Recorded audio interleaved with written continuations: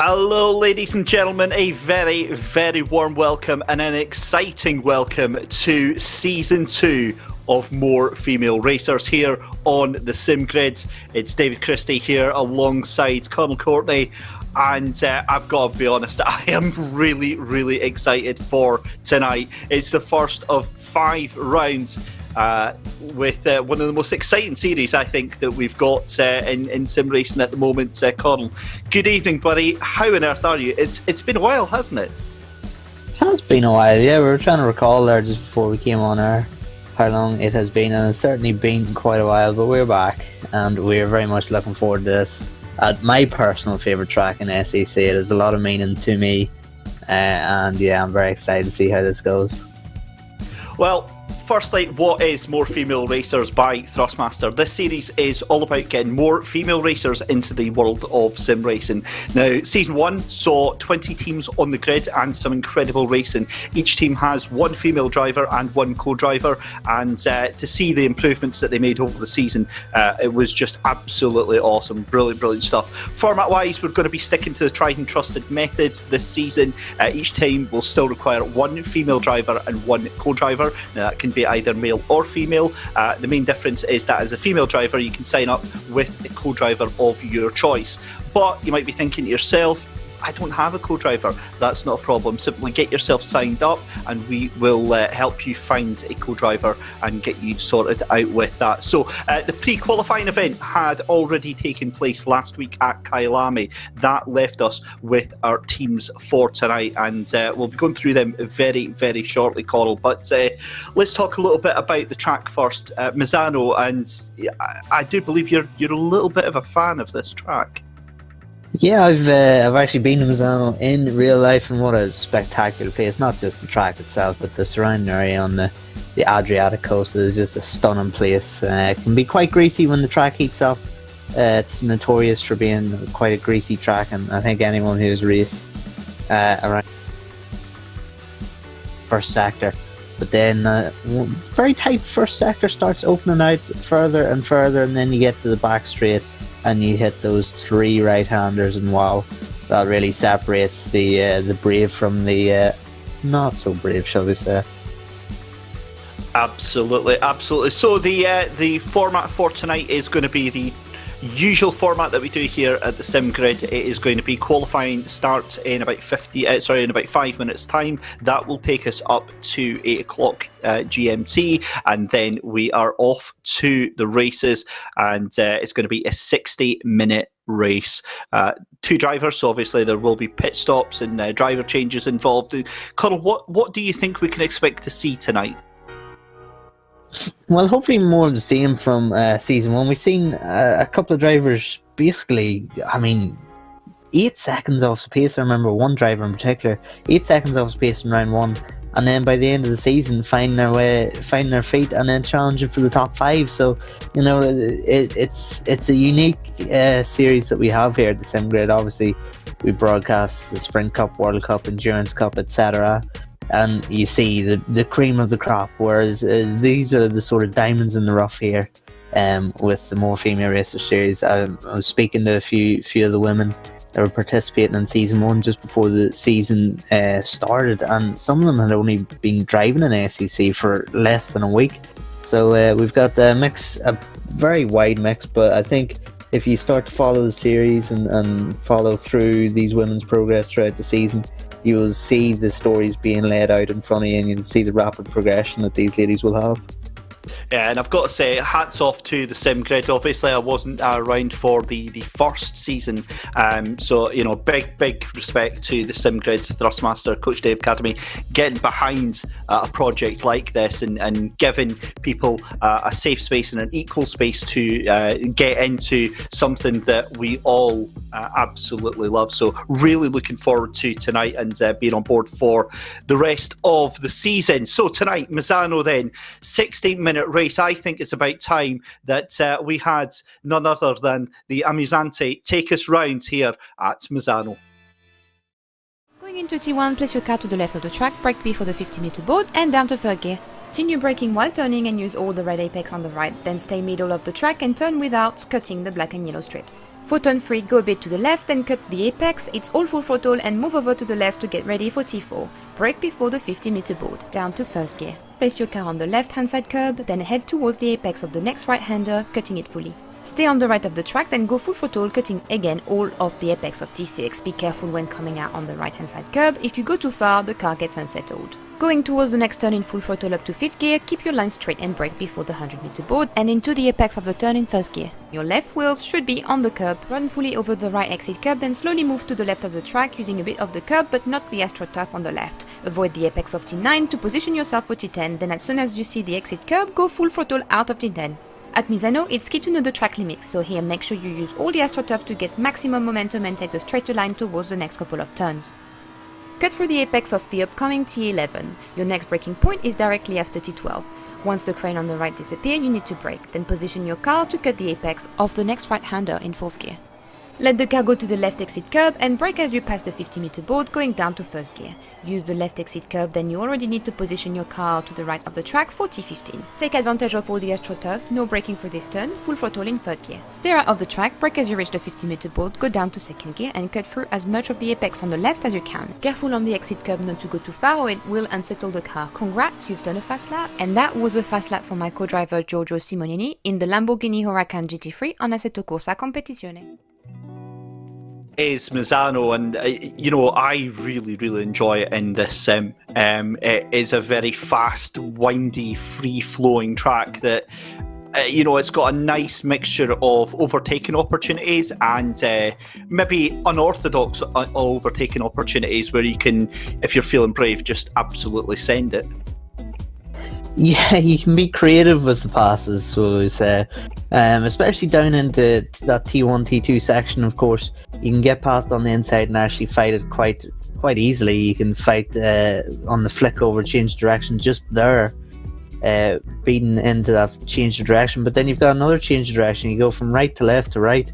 So you can pretty much be 2 cars wide for the entirety of the first sector. So it leads to some fantastic racing. And then, of course, the slipstream down the back straight. And if you feel like it, if you fancy it, if you want to be a complete either lunatic or just ridiculously brave, you can chance it on the triple right-handers that follows the back straight. But I'd say most will be just trying to focus on getting a run through there and trying to make a pass on the more simpler place to pass in the last hairpin of the track. I think absolutely spot on. Curva Tremonto is going to be one that you're going to want to watch out for. That is corner number 1, 2, 3, 4, 5. Probably about corner 6. It's the hairpin left-hander. Excuse me, I am completely reading the map the wrong way around. Never mind. The Curva Quercia. I just absolutely butchered that, so apologies. But that is the tight left-hander. I think that is going to be one of the big flashpoints for folk feeling a little bit brave tonight and just trying to send it up the inside. There's so many ways around that corner, but because it tightens up on itself on the exit, I think we're going to see a lot of drama there tonight, Connell. Yeah, there's a lot of corners that invite you into a pass, and then once you're already committed to that pass, sometimes you can realise, well, this isn't going to work out, is it? And then you find yourself colliding and having an angry stomp up the stairs to the stewards' room. But yeah, we've seen that before with Misano races, but still, to me, with all the amazing races that we have had through the SimGrid, through the course of my broadcast and with the SimGrid, no doubt that the Misano GT4 launch night was my highlight. If anyone hasn't seen that, please do go back after this broadcast and watch that launch night battle. Parker, Ibrimi, to name just a few. Gregor Schill was in there, going wheel to wheel, groups of 4, going four wide into this section right here. It was just absolutely chaotic. And yeah, I think we'll see a pretty good race. I mean, this track does seem to lend itself to it, and if the launch night's anything to go by, we're in for a treat. Yeah, it does. It looks like it's going to be an absolutely fantastic night ahead, and we're still just going to get the team lineup very shortly. But from what I see, I believe it is all of the ladies out on track at the moment. Certainly from looking at the timing screens just now, we'll confirm that in just a second. And Erica Wentworth already deciding to set a name for herself there. A little bit of unwanted contact coming out of the last corner there. And it's so easy to do on that last corner here at Misano there, Connell, because especially depending on what you've got your car set to, it's so easy to be a little bit greedy with the throttle coming out, and the rear end wants to step out on itself. Yeah, track temperature 28 degrees, so we're just getting to the point where the track starts getting pretty greasy, and it's exactly as you said there, David. As soon as you try and get on the throttle just that wee bit earlier, the rear end steps round and you find yourself facing 180 degrees the wrong way around. But yeah, again, that could just be a little bit of inexperience. No doubt these ladies will have done some practice around this track, but you know yourself, anyone who's ever competed in a league format, it's one thing practicing on your own, doing lap after lap in hot lap mode or hot stint mode. It's another thing when you're actually in the pressure cooker that is a league race or a series event. If you like what you see here tonight and you fancy getting involved, ladies and gentlemen, head over to thesimgrid.com and get yourself signed up to the numerous different league events that we have got going on. We've got endurance races, sprint races, all that sort of good stuff. Head over there, and you can also, if you sign up and go to beta.thesimgrid.com, you can take part in our ever popular daily races that we are building as a platform here at the Sim Grid. But tonight you are watching more female racers powered by Thrustmaster. And talking of Thrustmaster, we've got some cracking news. I was going to say something else there, but I thought I better not chance it just on stream. We've got news of a 15% discount at the Thrustmaster eShop from the 14th to the 16th of December if you use the code TMMFR15. So that is Tango Mike Foxtrot Romeo 15 TMMFR15, and you can get 15% off the Thrustmaster eShop. Thank you very much, Mike Yao of Simply Racer, putting up the graphic there. Nice little deal for 2 days. I like that, and get yourself a cracking discount, 15% off of some of their wheels. That is not to be sniffed at, Connell. Yeah, I think Santa might be good to me this year if I become Santa myself. Unfortunately, the girlfriend's Christmas budget is just about to be slashed. So yeah, sorry to my girlfriend, but thank you to Thrustmaster, because that looks very, very enticing. It's yeah, I'm just buying it for myself anyway because I'm greedy and selfish. What can I say? Back to qualifying then, and it looks like at the top of the timing screens then is. Now I've got something slightly different, so I will have to double check on that. This mine is shown as a 133, but I will check that out just in a second. But what do you think we're going to see through qualifying? Because already we've got a fair spread towards the back of the field, but you know, looking up the front there, it's really not all that much. No, not at all. We're starting actually to see the three main protagonists around this track that we have seen before. You've got the Lamborghini, the Mercedes, and of course the Ferrari. But chucking a Bentley in there with Johnson 9/10 off. So yeah, again, top 10, you look down the order, we're seeing a good mix of cars, which is always fantastic to see. We always want to see all the manufacturers duking it out, but it does look to be as though the Lamborghini is the car of choice, at least for a few of these women, the faster women. So yeah, again, we're looking at the gaps. Obviously you see, you know, 17th, 16th, there's a fair while, but trust me when I tell you, throughout the course of this season, those ladies will be chopping their times down, and they will be much, much closer to the front. Currently pole time now actually is Ana Luisa Bello with a 1:34.4, and she was the prime example actually, because she was absolutely the star of the show really in my eyes from season one, because she was pretty much nowhere in comparison to the front three, the three that were the established front runners in season one. And then Ana Luisa Bello, out of nowhere, Laguna Seca just came out and absolutely just took it to them, and it was fantastic to see, and it was exactly what this series was built for. Yeah, it certainly is. Ana Luisa Bello teamed up with Sheldon Muscat, one of the regulars here at the SimGrid for our endurance events. He's not exactly slow either, so that is a very, very strong partnership. that's taking place. So, really setting the warning bells off nice and early. But have a look at that, the 177 of Sarah Dove, just 0.3 of a second behind that. And the GTWR female racing number 3 team really setting their hat in the ring so far. Yeah, making their statements, and if you follow the SimGrid World Cup, if you follow the SimGrid Endurance Cup, you will see that GTWR team, and that will strike fear into anybody's hearts because they have looked absolutely dominant, of course, with Jordan Shert, Giorgio Simonini, and co. Taking a win last time out there just on Saturday around Imola over the course of 4 hours, and they didn't even need their star driver Jordan Shard, and they finished second, but they're leading the championship as is, and of course they are the reigning SimGrid World Cup champions. So yeah, no doubt that these female drivers will have fantastic tutors in that GTWR team.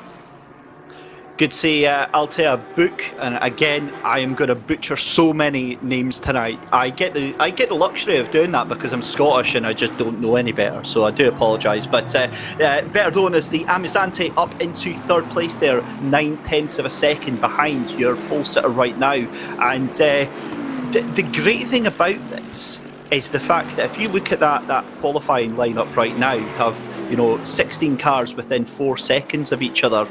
That is pretty much business as usual here at SimGrid. Yeah, I mean, some of the times that we've seen there at Imola was absolutely ridiculous. I think 20 drivers were separated by a second. And again, I always try and emphasise it because when you get used to watching racing, as we see Charlie Martin coming out of the last corner, half a second up currently, what is she going to do? She's going to improve, no doubt, and she does. She goes 1.3 seconds off now. But yeah, I mean, we see that when you look at a second off and you get used to watching racing so much that you think that a second is this huge margin, but all you have to do is count a second in your head and you'll realise that it is not a large margin indeed. As you see the Ferrari go across the line, was a huge chunk up, but over a second up on their personal best, but lost it on the run to the line. It's a tricky run to the line actually, and of course they did invalidate their lap, but the second last corner especially, you're trying to get the run out of a slow herp and you feel sluggish coming out of it, and you're trying to carry that corner speed, and it's just so easy to be dragged out wide, especially in a car that's a little understeery, and find yourself exceeding track limits. Certainly is, Connell, certainly is. 4 minutes left to go. 4 minutes 45 just about in qualifying here for round 1 of more female racers, powered by Thrustmaster. It is the number 22 car then of Ana Luisa Bello in pole position, 134.440. Sarah Dove in second place there with a 134.7, and then that is in third place. Now that was a bit of a turn up for the books. Yvonne van den Berg up into third place there, and this is Mia Rose for the Jean Lacey Esports Academy, 1.4 seconds up on the sectors. This is going to be a huge lap for Mia Rose across the line, 133.693. That is an absolute stormer of a lap, Connell. Statement of intentions right there. Breaking the Lamborghini dominance is the two Mercedes at the front, and really, I mean, when you look at that GTWR team, the Jean Lacey Esports Academy team, I mean, we know the calibre of the Jean Lacey Esports Academy, and again, it's just fantastic to see all the teams, the top level teams that we're seeing over the course of the Endurance and World Cup coming into this series and trying to help these women out. And to be honest, I don't think Mia Rose needs much help, because what a stormer of a lap time that was. Yeah, certainly was. Then, are we going to see any responses to that? We are currently watching the GTWR female team, number 14 of Yvonne van den Berg, currently making her way around in the Lamborghini. And do you know what? The one thing that I really enjoy above everything else so far tonight is the custom liveries that we've got going on. The black and purple being massively represented tonight, and I just think it's such a striking combination. And when you've got the cars going this fast and this close to each other, it's going to look fantastic. Yeah, there's some liveries you see, isn't there, where you get it in daytime, it looks beautiful, or you get it in the nighttime and it looks stunning, but then when you get it in the either or, it doesn't look too great. But yeah, most of these liveries I think will hold up pretty much any condition you set, and I do like a gold livery. That is a very fitting livery there, the Lamborghini, number 15. A little bit off the pace, but it is a quick qualifying session. It's just so easy to actually scrap 2-3 laps. You get a little ragged, you want to set a banker lap, you don't get it done, and then you're left with 1 or 2 laps left, and you really have to set the times then. Yeah, and I feel a bit bad because, the fact is that the 956 car of Mia Rose has absolutely blown that field wide open. 7/10 behind to Ana Luisa Bello, and then you've got the rest of the field who are about a second to 2 seconds in between each other. Sarah Johnson in the pineapple car, the number 8 machine there, that Boatley just escorting one of the other drivers out of the track there. That was nice to see the pineapple pizza team getting very, very firm on the track. Yeah, that definitely wasn't the line into turn 4. That's not exactly what you want to be doing. But she did well, good presence of mind there when she did start spinning the stand the brakes and not cause an accident to the car that she barged her way through just a few corners before. Looking now at Charlie Martin, the number 100 car. Charlie, of course, was a participator previously, and Bentley, not you would say the favoured car around this track, but Charlie is doing a great job. I think looking through the order, there's only 2 Bentleys. There's 3 that I can see. Charlie Martin goes across the line, she improves 1 position, and look at that, she improves and beats Gobi by only 9,000ths of a second. It's getting tight at the top. It certainly is, and Alou Gobi in 8th position there, 2 seconds behind your current qualifying leader right now. This is Martin Edwards for Edison Racing in the 587 Mercedes, and puts in a 1:36.402, and that improves her position up to P13. Hedda Rangster in the Pacemakers Racing 24 machine, down in 22nd at the moment. That car is making its way around the track down into the final corner just now, and let's see what they can do across the line. 8.4 seconds down at the moment. This surely has to be an improvement on that, and there it is, up by 9/10 of a second, and there you go, that's almost a second down on 1 lap alone. Final lap starting just now, and I don't think we're going to see anything coming near Mia Rose right now in that 956 Mercedes. This is Sarah Dove in the GTWR Female Team 177 machine.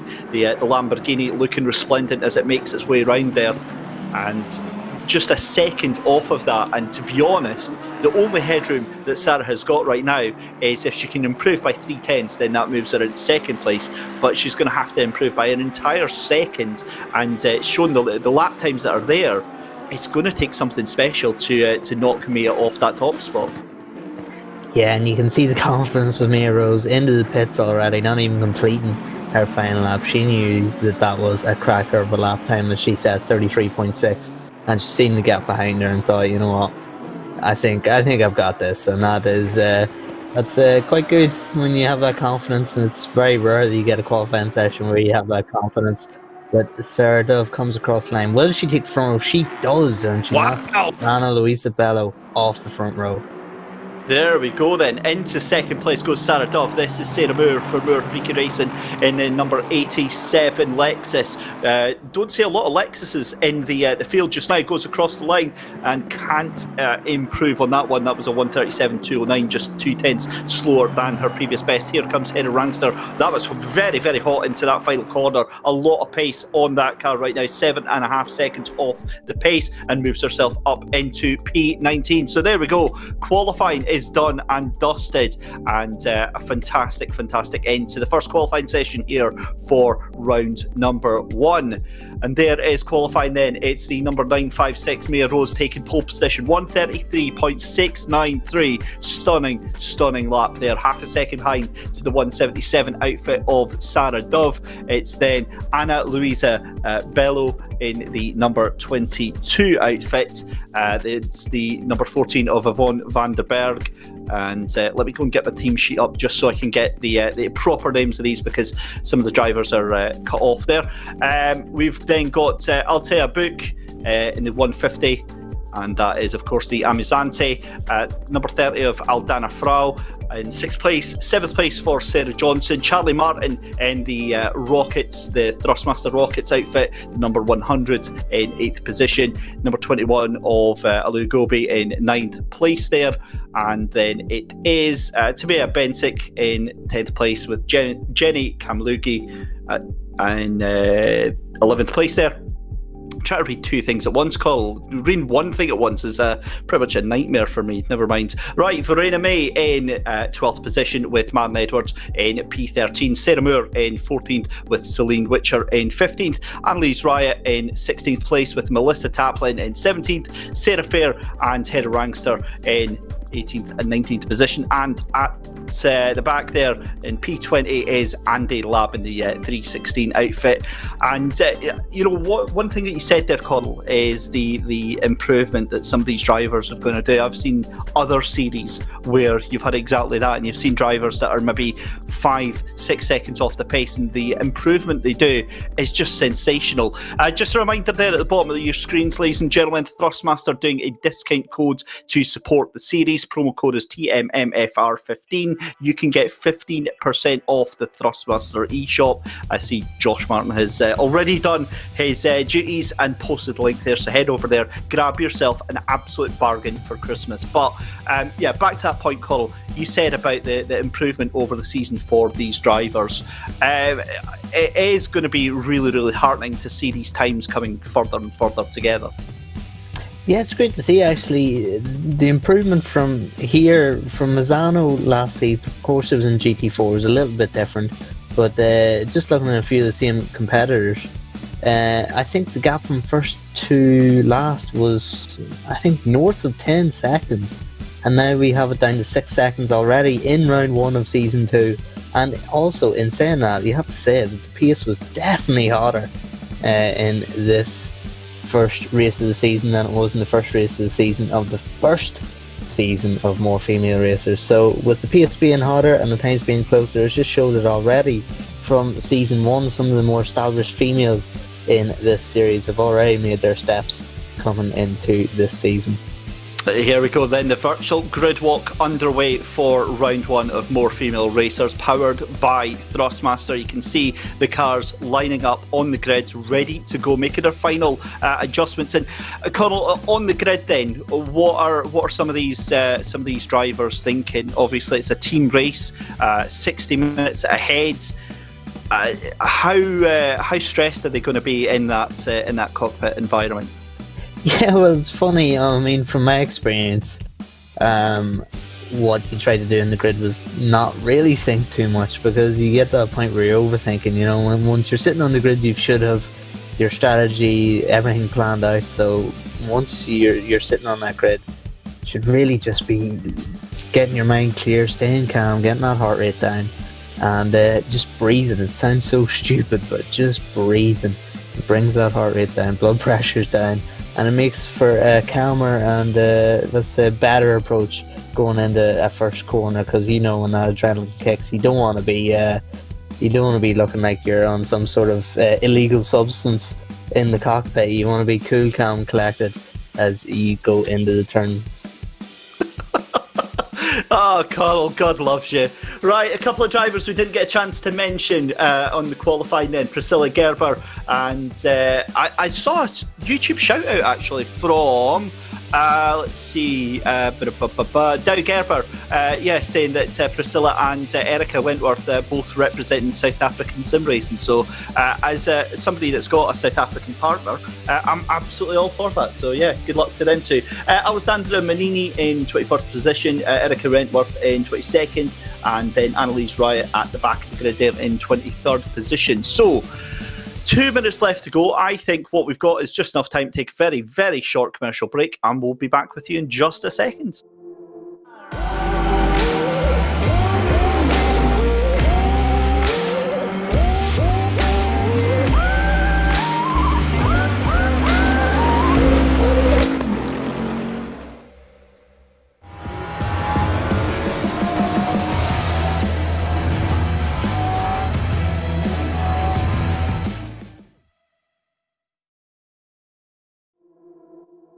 There we go. That's the bills paid for another hour. So let's get on to the racing. A very good evening, ladies and gentlemen. I am, of course, David Christie. Alongside me in the commentary box, Connell Courtney.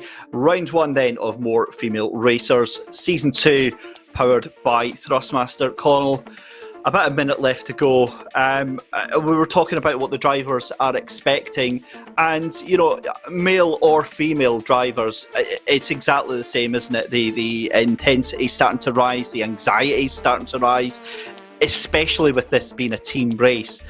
It is a very, very nervous 2 minutes, isn't it? Yeah, it's a whole different ball game actually when you're out there for yourself, and the only person you're trying to do it for is yourself, and you make that mistake.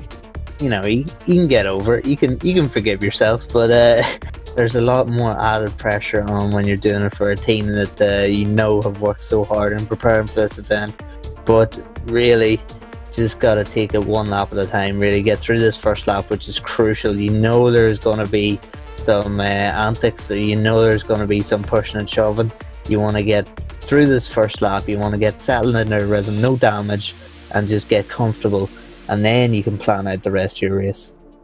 Yeah, there's the live stream then from Charlie Martin, who's live on Twitch just now, and you can see the concentration that's there just now, and what I love is the level of professionalism that a lot of these sim drivers have taken in. I know Charlie got a delivery from one of our sponsors today, and is somebody that is does a lot of stuff with marketing and all that sort of stuff.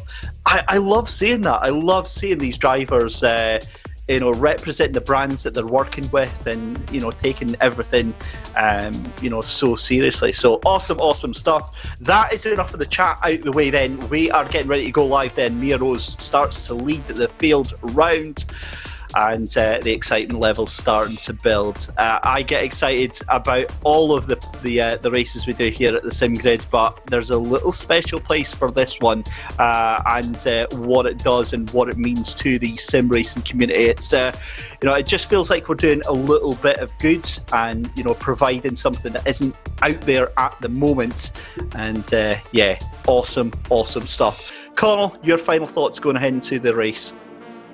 Well, I love this track, and if do you? I didn't know you liked Misano, buddy. Yeah, it's I'm thinking of trading my house for just a wee tent at the side of the track and relocating to Hang on, what sort of trade is that? You're trading up for a tent? Yeah, I don't care. As long as I'm living on the track, that's all I care about. Just give me a bike and I will do track days all day long. But this circuit is brilliant, and it seems to be a really good formula for some cracking GT3, GT4 racing. Track temperatures, of course, will have to be monitored. Of course, it's an hour-long race. It shouldn't be too much of an issue with tyres, so we should see tyres last the whole race. But in saying that, of course, they will wear at some point near the end of the race. So if you are overdriving at the start of the stint, you're basically just pawning them off to your teammate and going, yeah, sorry I messed these tyres up, but you're going to have to deal with them. Right, so here we go then. We're making our way through the second half of the circuit. Of course, remember, no refuelling tonight. It is going to be a tyres-only affair and a driver swap. But again, strategy, Connell, is going to be a massive thing, given that we've got an hour of this race to go. I think a lot of the drivers are going to be looking to try and do potentially an undercut. Yeah, it'll be interesting to see the tactics, and of course racecraft. We'll see how these ladies have improved in terms of their racecraft from the first season, because that is such a huge thing. You can have a bad qualifying, but if you've the racing IQ and a wee bit of luck, you can find yourself up through the order. And we've seen that in many races with the Sim Grid, especially in Endurance Cup races, where we've seen a couple of teams way down the order and then find themselves fighting inside the top 10, seemingly out of nowhere. But they've just used their heads, kept out of trouble, and I think that's what's going to have to be needed here again today. Here we go then, round the final corner. We are getting ready to go live here for round one of season 2 of More Female Racers, powered by Thrustmaster. The cars roar across the pit line and we get ready to go live. We're just making sure all of the cars are in order. There we go, green flag, and we are underway. Mia Rose leads the cars in towards the first corner there. It's Sarah Dove in P2 as well, and all the cars making their way through cleanly. And that is, I'm just trying to get an idea on that green Mercedes down there, losing a lot of positions, but it is a very, very clean start. But look at that, Anna Luisa Bello, really right on the tail of Sarah Dove. I was expecting these two to absolutely lamp it away into the distance, and it's a 3-car break for the lead already. Yeah, Luisa Bello was the standout of the race at Laguna Seca, the last race of the season, and she's really showing the calibre now. She's improved tremendously from the first race of season 1, but look at that. You know, it's different when you're in a qualifying lap, when you're in a race situation. A little wide there from Mia Rose, feeling a little bit of pressure from behind, and no doubt these two drivers, second and third, will be trying to work together just a little bit to make sure Mia Rose doesn't clear off from the front. Yep, times for show, points to go for sure in effect right now. Mia Rose able to do that 1:33, but can she keep that pace consistently, as we see Sarah Dove trying to catch up on the back of that race leader just now. Anna Luisa Bello, though, staying well in contention. And look at Yvonne van den Berg, also catching up to that group as well, and bringing along Amizante Altea Book in that 150 Lamborghini for the Thrustmaster Rockets ladies team. So all of them, you know, really catching up to each other as well, and it's not gapped itself as much as I thought it would do. Yeah, and we're seeing this now from the front four, just starting to get into a little bit of rhythm. They've got the relative clear tarmac, although Anna Luisa Bello does not want to get as sideways as she is getting. But Van den Berg definitely is the standout so far. We knew the calibre of Luisa Bello coming into this season, but Van den Berg was sort of an unknown entity here in the sim grid at least. And yeah, it looks like she is going to be hassling Luisa Bello very soon for the podium. Just a quick shout out on that first lap for Andy the Lab, last on the grid in qualifying, and look at her, the Lab on the timing screen there, 14th. So she has had an entertaining first lap, shall we say. I know this is a groundbreaking series, but having a Labrador in the race is a bit of a first here, I think, for the sim grid. But no, great point there. Up to 14th place already. Charlie Martin struggling a little bit, went off track there, and I wonder if the tyres have maybe picked up a little bit of the marbles there, and that usually ruins a couple of corners. Still in that 8th place though, so it's not been all lost there. Was briefly up into 7th place there. The gorgeous looking Lexus of the Heck 1 Flexus, number 66 outfit, Celine Witcher there behind the wheel, just behind the number 87 outfit of Sarah Moore in the other Lexus there. So they're having a crack little battle. It's, you know, pace yourselves, guys and girls. It's 60 minutes. We've still got another 55 minutes left to go.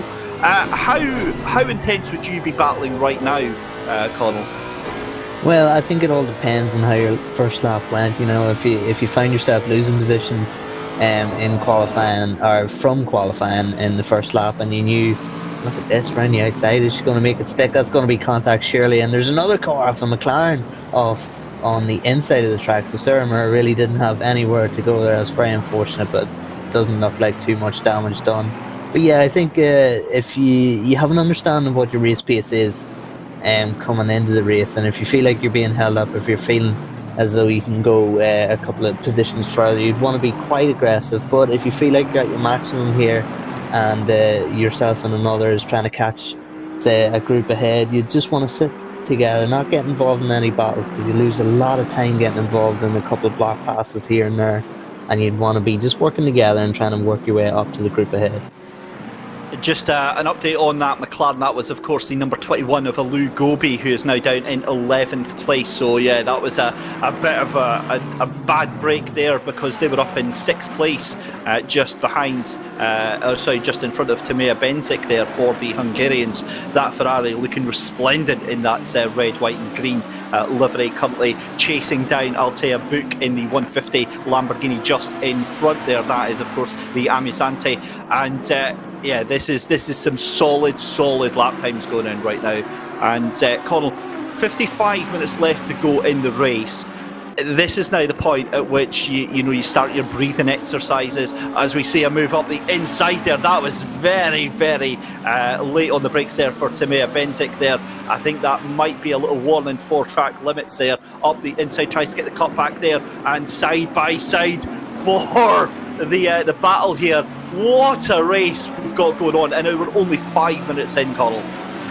Yeah, that was a tough one. You can be quite, how should we say, aggressive with your curb use around this track. Maybe that's why I like it so much. But yeah, track limits can catch you out, but in comparison to some other tracks in the SEC calendar, you can be quite useful with it. And it's, we're showing it here with the way that Timea took the first corner. But yes, I just want to point out something that could potentially have an effect on this race. It's a problem that only sim racing really presents, and that is ping. We don't see it obviously in real life racing, but Maya Rose's ping is shooting up quite high, and Sarah Dove, if she gets too close behind, could find herself getting into a little bit of trouble, and that is a problem with sim racing that you have to deal with. But currently, as things stand, there are no issues, and she's doing a wonderful job. She's opened it up to over a second now. We're going to see the incident here with Gobi in the McLaren. Yeah, again, just gets it a little loose, tries to correct it, and it snaps around the other direction, stands on the brakes there, almost collides with the pineapple car, and then, oh hello, there's another incident going on behind her. But Gobi, no damage done, tires maybe a little bit overheated, but other than that, she can cool them down and get going again. I'd love to say that I'm such a consummate professional that I've never done that in Misano, but literally every race, turn one, too hot on the brakes, and boom, and it goes. Now, Timea Benzik then is right on the tail of Yvonne Vandenberg, and the pace shown right now is just stunning from this Ferrari. Looks to have the move done. This is the corner I was telling you about. This is on the run up to that left-handed hairpin, and Timea's going to be forced out to the right-hand side there, out wide, going to try and get the cut back, and very, very deep into the corner goes Timea Benzik, and I think she's actually got that move done before the corner's done. I think Yvonne Vandenberg was forced offline, and really, really compromised her entry. Yeah, and Tia Masanti now trying to put the pressure on her. Now Vandenberg looked as though she was pressing Luisa Bello for that rostrum spot, but then just as the race settled down, everyone else settled down, the 5th and 6th place drivers showed their pace a little bit more, and sometimes that works. I mean, there's people that can just go from the first lap and be absolutely on it, straight on the race pace from the first lap, and a couple of other drivers just take time to get settled into things. But yeah, Ana Luisa Bello might have to watch for Timea now in this Ferrari, because she looks like she is on a mission to catch Luisa Bello for that podium. Well, we'll find out in just a second as they go across the line. The Ferrari comes across, and let's see what that lap time was, because it was a very, very fast lap there. It was a 1:35.7, and Ana Luisa Bello did a 1:36.6 that last lap round. So yeah, I think you're absolutely spot on with that there, Connell. It's going to be certainly, if that pace continues, it's going to be a matter of time, as we see. Now look at this though, Altea Book right back on the back of Vandenberg. And Vandenberg was looking very comfortable in that 4th position, and now sinking back. But we do have to take a minute to recognise the massive loser out of that lap 1, and that is, of course, Aldana Frau. Up in 6th place, dropped all the way down to 21st, starting the recovery drive. We'll have to see if we can get our production team to find out what happened on that last lap. But I wonder actually if that was one of the cars that we saw sideways in the first couple of corners there, Connell. Yeah, potentially it was a little bit scruffy mid-pack, but I have to say that is a tough first sector to have in the first lap of a race, and we got through it relatively cleanly, so it was great to see. As we see now, Alteabu, the GTWR team, I've seen there a couple of teammates of the GTWR girls. We've seen Jordan Sherritt in chat, and Giorgio Canacci. I was actually giving a wee shout out there in chat to Jordan Sherritt. He was feeling quite unwell, couldn't take part in Imola. Hopefully he is on the mend for the next round of the Endurance Cup. But back to this action, and look at this. Look how quickly that Timea has caught Ana Luisa Bello, and that is no easy driver to pass, and she's going to go try and do it round the outside. Luisa Bello defends, but he cannot defend on the flip-flop there. And what a move. That was absolutely clinical there. Very impressive racecraft there from Tamia. Certainly was. So just under 50 minutes left to go in race number 1. And Mia Rose was looking comfortable up at that top, but I tell you what, Sarah Dove is starting to bring that gap right down, and they've just lit the fuse and just gone. Now, I'm just trying to figure out how long that could potentially take there, as we see Anna Luisa Bello back into that fourth place there. Tamea, I don't think she's got the pace to catch them, because at the moment Mia Rose and Sarah Dove doing 1:34, so that last lap round there was a 1:35.3. So we're going to have to see a little bit of an improvement in terms of time to catch up to the lead too. But no, third place, that is some drive from Benzik there to get up onto that podium space. This is on board then with Altea Book, the GTWR female team driver. Just making their way around. Now, I'm pretty sure I saw that they were. Excuse me, no, never mind. I'm getting myself mixed up. But in the 150 machine, just behind Yvonne van den Berg, and all credit to Yvonne, she's actually starting to gap that little battle that they've got there, starting to pull out what's that, about 0.8 of a second.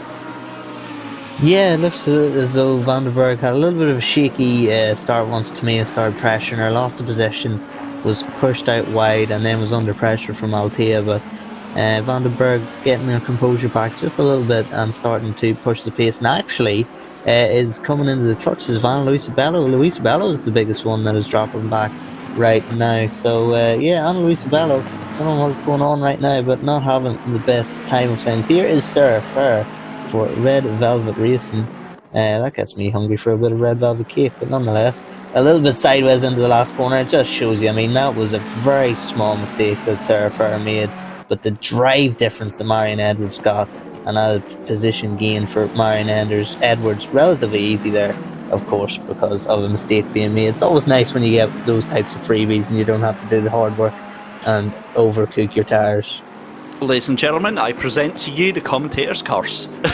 Carl, that was epic, buddy, but just too hot into that final corner, and because you go off onto the marbles, your cornering speed and your confidence in the car is affected for quite a few corners there, as we see just behind the number 335 of Verena May, going side by side into that left-handed hairpin there. Oh, I think Verena might have the drive out of this corner here, and indeed she does.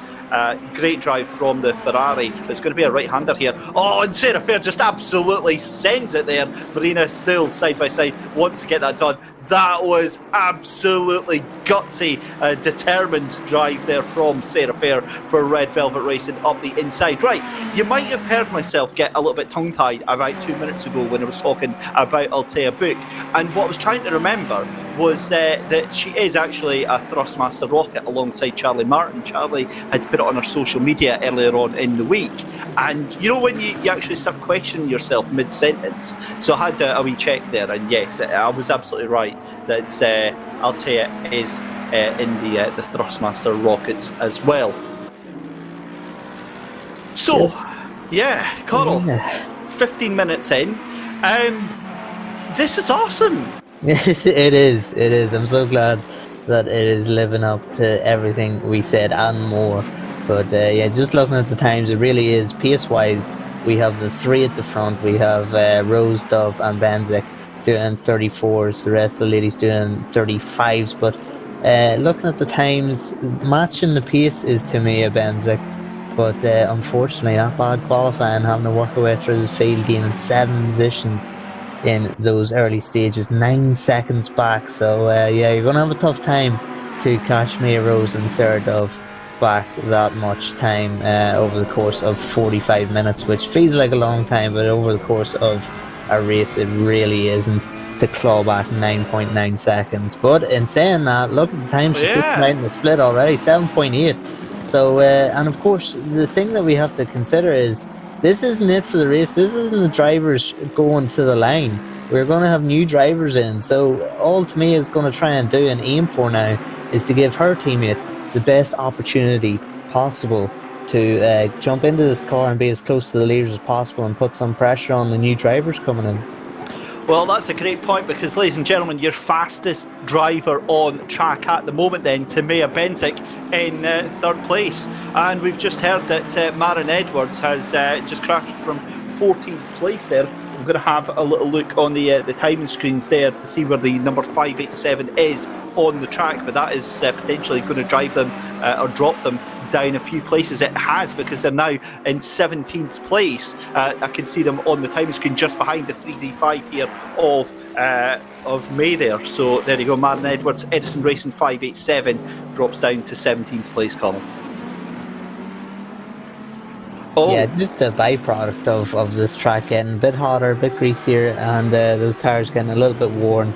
A few loads come down, you feel like you can start pushing the pace, and then you find yourself facing the wrong way. But one of those things, and no doubt Marion hopefully hasn't taken too much damage and get going again. Oh, Carl, look at that time. 6.2 seconds now for Benzik in third place then. Sarah Dove is dropping off massively. Oh, and there's a little bit of contact there. Altea Book sent into the grass, keeps it going, but ends up losing that place again behind Yvonne Vandenberg. Now, was that lap traffic that they were trying to get past there? But, well, there you go. Benzik now just 3 seconds behind Sarah Dove.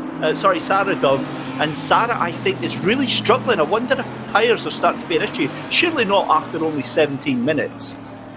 Yeah, you wouldn't think so, but this is going to be a problem, the lap traffic. Altea looked as though she was trying to capitalise on Vandenberg getting stuck a little bit between traffic, but then Vandenberg shoved it up the inside of one of the lap back markers, and then unfortunately the lap back marker reacted quite severely with her car, tried to get out of the way. Unfortunately, Altea, who was trying to go around the outside of the pair of them and get the run into the last corner, was the unfortunate victim of a bit of contact. Now here is the dreaded triple right-handers, and that is a Mercedes being a Mercedes. Michael said at Imola and during our Endurance Cup broadcast, that is a Mercedes for you.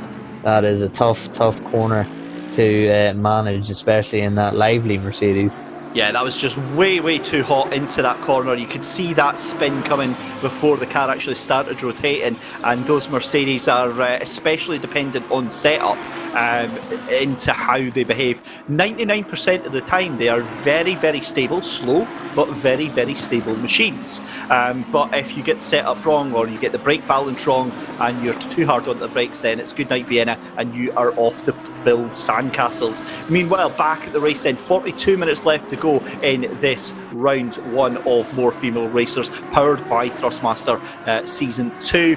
Just a reminder, guys, that head over to the Thrustmaster eShop, use the code that we gave you earlier, that will give you 15% off the Thrustmaster eShop, valid through the 14th and 16th of December. This is back up at the front then, and I believe this is Yvonne, isn't it?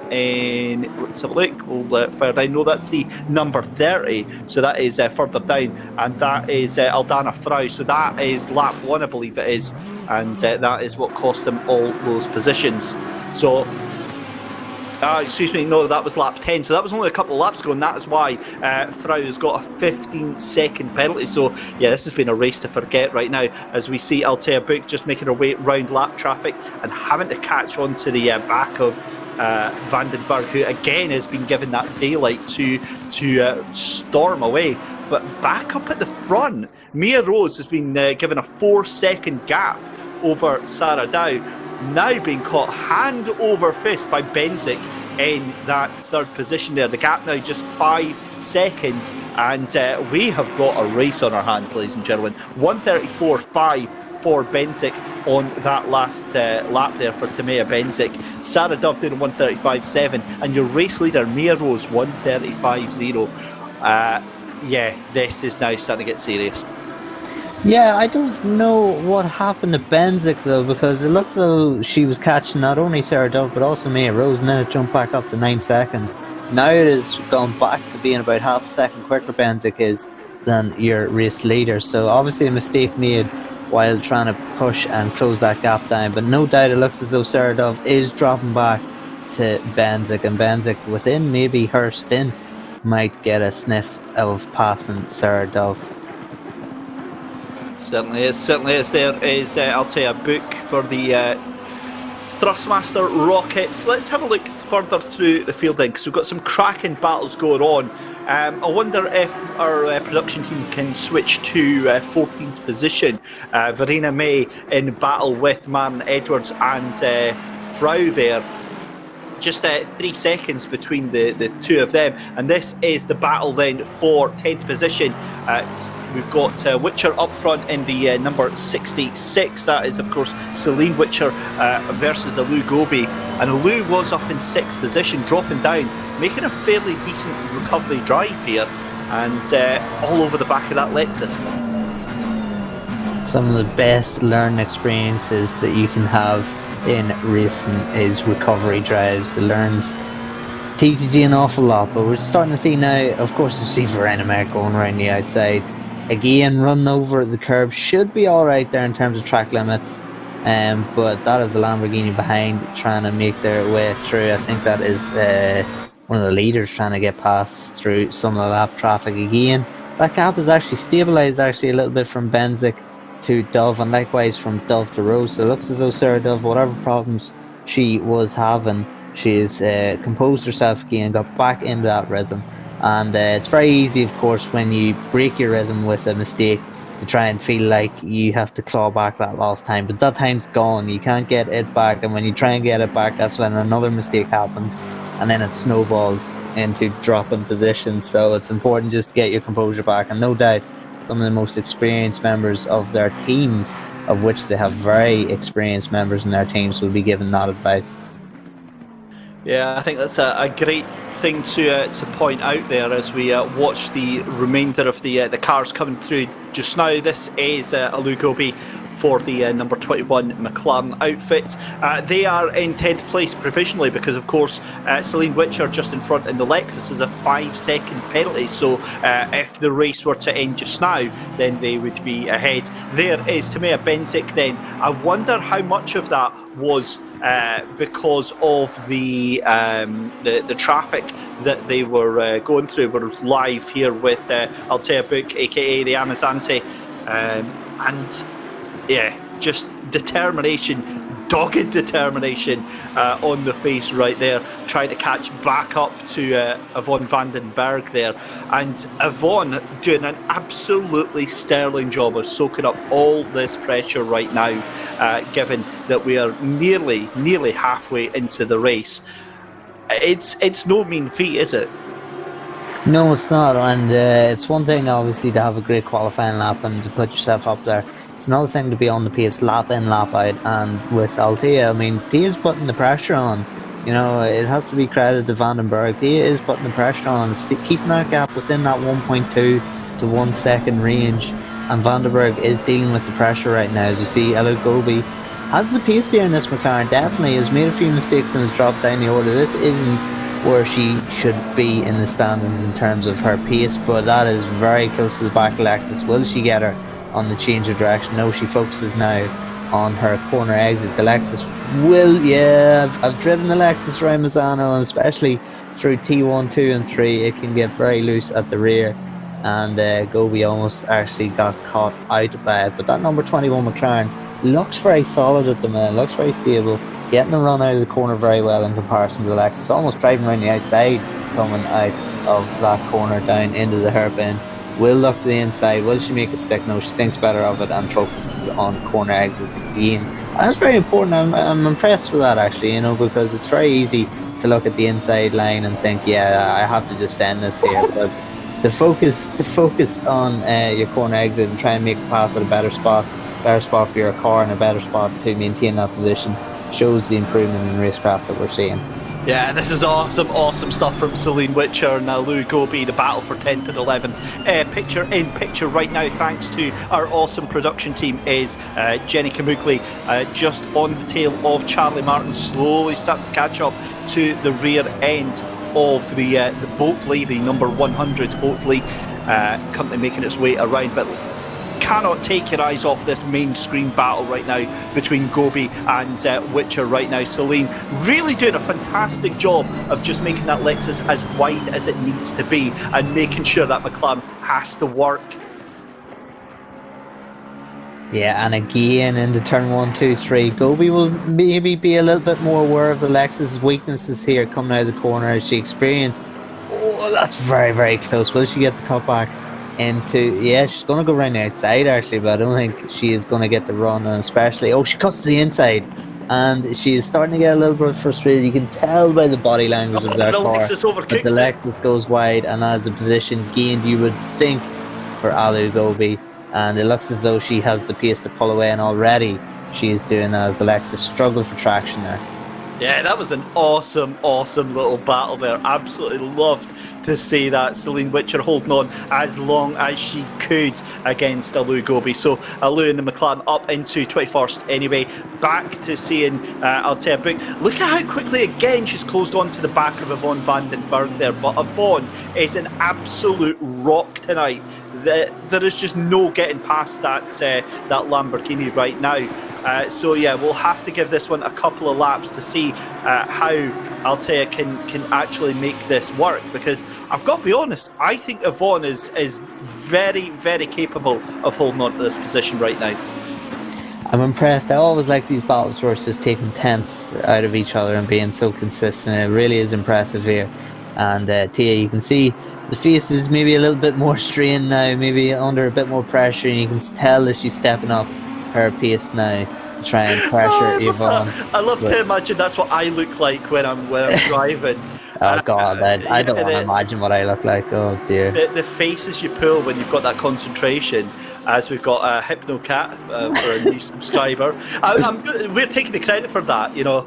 So there we go. But yeah, the faces of concentration, right? When you're really, really throwing everything into it. This is what I love about sim racing, right? Is the fact that it doesn't matter whether you're on a virtual track or you're on a real track. The aggression, the pace you put in, the effort, the determination is absolutely the same.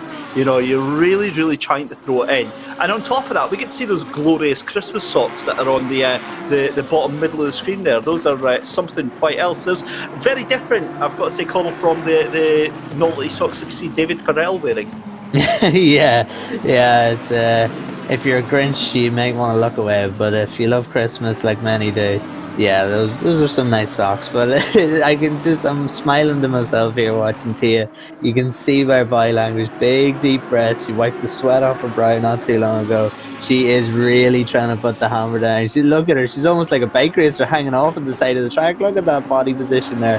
That is brilliant stuff, and it's great. It's a thing you don't see in real racing almost, because obviously you don't get much of a look into the driver, obviously, because they're wearing their full gear and their helmet, lid, leathers, whatever.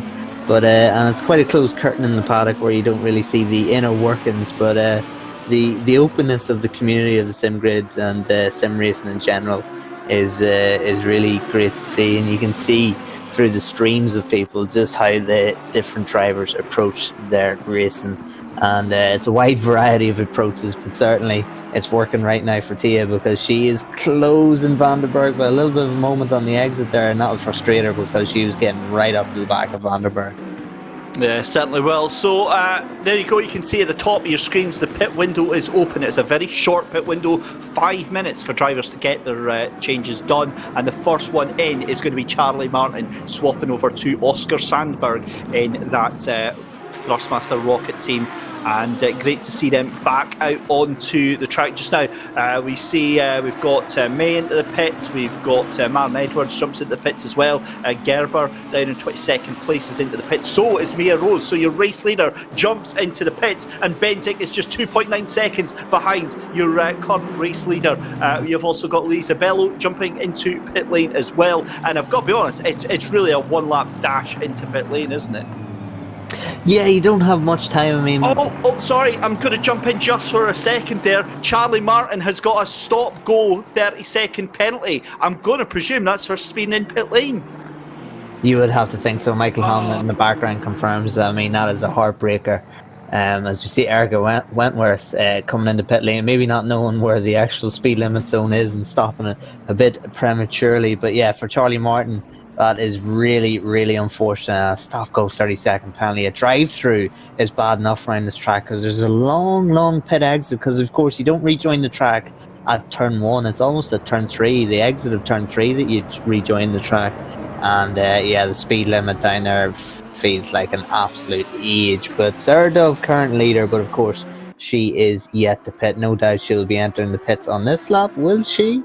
She does indeed, yeah. So Sarah Dove entering the pit for that GTWR car. Left it a little closer. That was very hot. That was exceeding track limits. Yeah. Goodness me. Right, so Benzik is going to come into the pits as well.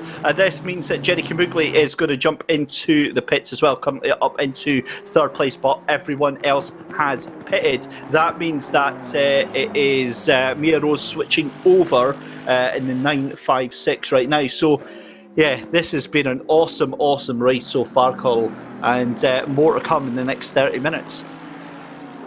Yeah, I'm starting to wipe my brow of sweat, just like Theo Masante was doing, because this is heating up. And Vicky Thompson now, we know the calibre of Victoria Thompson, of course. She drives for the Pro Ram Welton team in the Endurance Cup. They are the reigning champions, of course, of the Endurance Cup. They won Season 1. And she has dealt with a lot in her time, the sim grid, the pressure that she has been under. And she is a cool, calm customer for Edison Racing. Very interesting. Team Edison Genius Racing Bulbs is their entry in the entry list. So, I like that. I think that's my favourite team name so far, although there's some crackers throughout the course of this season. So, ladies and gentlemen, 28 minutes left to go. We have passed the halfway mark. Alessandra Manini in the Boutsen Ginon Racing Lamborghini at the back there. We are now looking at your new race leader then, Enore Rose from the Journalese Esports Academy. If you have got any pronunciation explanations for me, please feel free to send that in YouTube chat, because in Scotland we don't get exotic names like that. We're just called Dave and Mike and Steve and Jill and all that sort of stuff. You can tell that I really struggle with my pronunciations, can you, Connell? I think we all have that problem. Gingerly, you stepped around that conversation there, buddy. Thank you for having my back on that one. You can tell that I've done many uncomfortable interviews in my time racing, that I've had to dodge quite a few questions. The PR machine has worked quite well on me, but no doubt we'll move swiftly on as the pit window closes. There's only 10 seconds left. So for anyone who was looking to pit on the very last lap, you've left it too late, but it looks as though everyone has served their pit stop. And I just want to point out, currently, now this is very interesting, P9 and P2 in particular, Tobias Pfeffer, and Giorgio Simonini, two members of the GTWR winning team at Barcelona. They've finished second in Imola in the Endurance Cup so far. They are, of course, World Cup reigning champs. Watch out for these guys. They will be making their way through the order, and that is very key. And I feel bad for Anna Rose now, because 956, that leading car, is under pressure from a very, very fast kid, and he is only 15, so I can call him a kid even at my ripe old age of 22. Tobias Pfeffer, watch out for that number 177. Try being 37 and commentating on Sheldon. It's scandalous, just the pace that the young lad has got, but Pacey has it in absolute bucket loads right now. Just watching the times coming through after their first laps out of the pits there. Tobias Pfeffer for the GTWR female team, number 1 car in second place there, and trying to navigate through some lap traffic there as well. You can see the Mercedes there of your race leader just a little bit further down the road. But you've got to say, one of the big losers out of that has been the Hungarians of Timea Benzik and Adam Pinces. That gap was down to 4 seconds, and now it's up to 10 seconds there. Yeah, I'm not quite sure what happened there. Maybe a slow pit stop, maybe damage from working away through the field. Of course, made 7 positions there in the early stages of the race, so maybe picked up a little bit of damage that needed repaired. But yeah, it would be interesting to find out from the Hungarians exactly what the issue was and why they lost so much time. But 10 seconds now. They do have a good buffer though, to Sheldon Scott Muscat in the 22 Mercedes. And we'll have to monitor that pace, although it looks as though 22 seconds in 25 laps, or 25 minutes, barring a mistake, should be pretty hard to catch. Now, these two Lexuses have been glued together the whole race. We've got a drive-through for Bayer in 21st position, the number 7 car. Now, just for those who are not aware, the drive-through would be for track limits. Track limits isn't independent to driver, it is cumulative with the team. So if your first driver gets 3 track limit warnings and you get 1, that is a drive-through. So yeah, unfortunately, there's a lot of speed into that pit lane there. Yeah, that barrier was almost going to get rearranged, wasn't it? But barrier serves the drive-through, and that's a long drive-through. We've seen how far Charlie Martin has unfortunately dropped down the order outside the top 23 with a stop-go 30-second penalty, and yeah, drive-through detrimental to their race. But again, it's all part of the experience journey. Yeah, just noticing the timing screens here. Chris Hartwell at 1:33.699. That is outrageous pace, and that is faster than everyone in front of him on track right now. So there you go, the Lamborghini. That is, of course, teammates with Yvonne van den Berg. So that could be the dark horse in all of this evening's eventualities. Yvonne really doing a brilliant job of holding on. And yeah, that was awesome stuff. But just as soon as that happened, Giorgio Simonini, 1:33.606.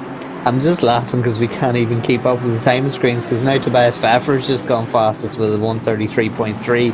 Gregor Schill has the fastest sector in split 2, and Simonini's going quicker in the first sector. So yeah, these guys are really pushing the pace now. In saying that though, Rose at the front, Honoria Rose is still keeping that lead, doing well. I mean, the pressure from Tobias Pfeffer, of course Pfeffer's setting the fast lap of the race last time around, but Honoria Rose was only 33.9, so you know, a couple of tenths off. And you know, you got to keep doing that. You can't overdrive the car when you're in this lead and when you're being put under the pressure. You have to just keep sitting on your pace, just try and nail the laps and hope something like this happens, where the car behind gets caught up in a little bit of traffic, upsets their rhythm, potentially makes a mistake and opens that gap up further, and just makes Pfeffer have to do the work all over again. Oh, I don't know about that. They got a nice little toe coming onto that big long straight there, so I think that's possibly helped out the 177 Lamborghini just a little bit, and the gap now down to 0.8 of a second between Pfeffer and Rose. So this is coming to a big fight very quickly, and we've got a cracking little battle for P4 then. Sheldon Muscat already under intense fire from Chris Hartwell, as they are just 0.2 of a second in front and behind of each other. So a brilliant little battle going on all the way through. You've got to think though, if Chris Hartwell can get clear of Sheldon Muscat doing a 1:36, Hartwell did a 1:33.7. If he can get clear of them, he might be able to get himself onto the podium. Yeah, very possibly. Sheldon Scott Muscat, I don't know what happened, obviously a mistake of some sort, because he is much faster than that, but these times are absolutely rapping now. The gloves are well and truly off, track grip is optimal, it's not getting any hotter, and wind is at a flat, calm, dead stop. So we are getting pretty good conditions here for some fast lap times, and we're seeing it now. And Gregor Schill is actually one on the pace too. He's currently in 14th position, fastest in sector 1, fastest in sector 3. And yeah, watch out for Gregor making a couple of positions. He has to catch Victoria Thompson, which is no mean feat. And yeah, it looks as though Simonini is pushing the pace too, 0.7 off Jens Kaiser in the number 21 McLaren. So there's a lot of quick drivers out right now. It is fantastic to see. But of course, I mean, hats off to of course the first drivers who are almost forgotten about at the minute, but some of the driving and the racing so far from the first stint drivers was absolutely phenomenal. So yeah, huge shout out to them. Absolutely. 21 minutes left to go in the race then. This is race number 1 of season 2 of More Female Racers, powered by Thrustmaster, live on the sim grid. David Christie and Colin Courtney taking you through all of the action tonight. This is the battle for 10th place there, as Horton in the 66 Lexus trying to defend from Aurelian Kroos in the 87 Lexus. These two very well matched with each other just now, and you can see just how much that is hurt Kroos in that effort to get past. Chris Hartwell though gets past Shelton Muscat has already gapped him by about 2 seconds. So incredible pace there from Hartfeld, and I honestly do think that he is now going to be chasing down the podium. He's got a long way to actually make that happen. I think that gap is probably about 10 seconds to Pinces in 977 Ferrari. It might be even more than that. In fact, it looks like it is. But yeah, this is awesome tail end to the race here. And that gap between your two leaders, between Rose and Pfeffer, back up a little again, a little half a second it's moving up by to 1.3 seconds. Yeah, and consistency does kill. It doesn't matter if the car behind you is in front or faster over the course of 1, 2, 3 laps. When you string out a 10, 15 lap stint that you're doing, if you keep that consistency up, it really just makes it so hard, because you as the chasing car has to be absolutely on point every single lap, every single sector. And it is hard work on not only yourself but the car. But yeah, these two legs is absolutely ridiculous how close they've been the whole race long. And Ariel and Cross really looks strong through the first sector in comparison to Alice Horton, but no doubt Ariel and Cross will be looking to make a move. 19 minutes to go, still a long time. Looking at the gap behind, 2.2, so maybe getting a little bit of a hurry up, because Denise Pope looks as though she is looking to make inroads on this group, so maybe that might be an even more of an incentive to make the pass on Alice Horton. Well, here we go. It's starting to come down to the wire for the top two. The gap now 0.8 of a second. Another fastest lap of the race then for Tobias Pfeffer there, 1:33.348, and that gap now just 0.8 of a second. Very, very wide goes Aurelian Rose, and I think this is going to come to fisticuffs very, very shortly indeed. 25 laps into this first race of the 5-race season. And yeah, what a night we have had so far. It's been awesome stuff, and you get the feeling that it is only just getting going with 18 minutes left to go in this race. You can see that gap between Rose and Pfeffer now down to 0.7 of a second. Very shortly going to be into the toe, and it's going to be an all-out dogfight for this race lead. And that's exactly what we want to see.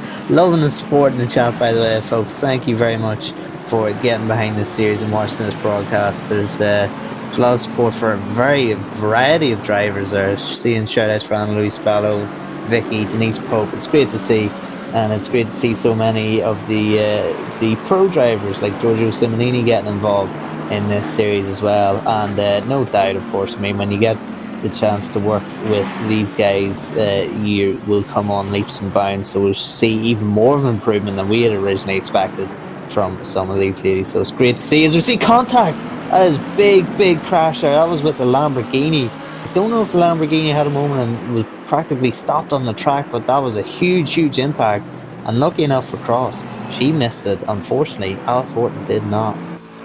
Now, the only Lamborghini that I can see around was that Simonini. No, Simonini's went through the timeline, so we'll get an idea on who that car was. But in the meantime, look at this. This is your battle for the lead, ladies and gentlemen. Tobias Pfeffer for the GTWR female team, right on the back now of that Mercedes, the number 956 Mercedes. And this is what we've been waiting for. Eleonore Rose for the Jean Lacey Esports Academy is under all sorts of pressure right now to hold on to that race lead. 0.4 of a second. The toll is well and truly been established.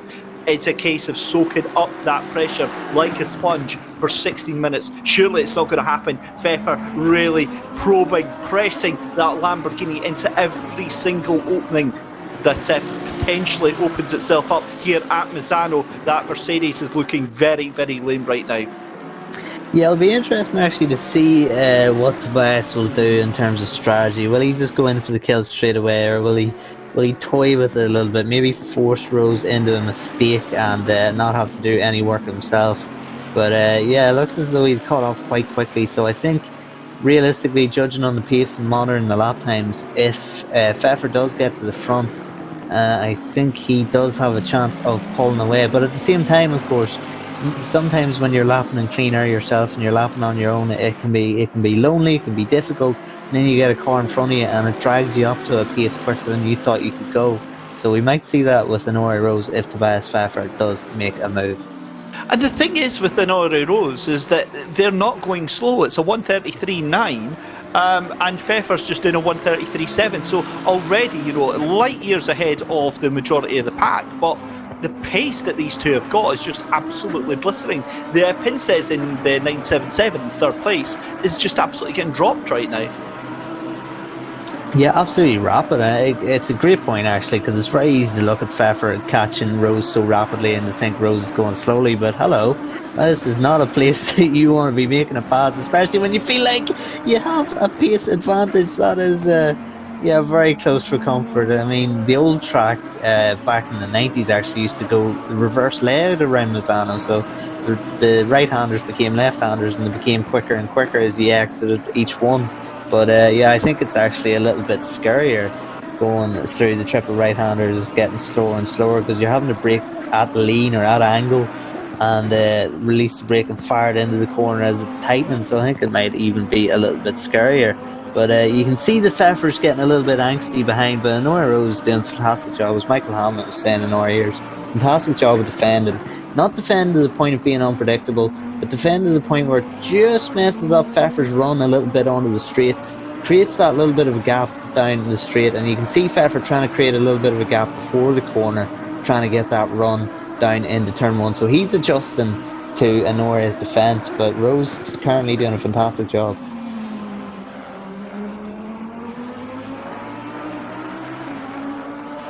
And I've got to be honest, I'm kind of lost for words here because I was expecting some thrilling close racing. I wasn't expecting this with 15 minutes left to go, as we see that is Denise Pope in the NSN MFR Bentley really trying to hold on to that position ahead of the Ferrari there. In fact, I think that's the 977, isn't it? That's Pinces that is just putting them a further lap down right now. So just behind them, they've got the Mercedes, the 587 Mercedes of Thompson just behind them.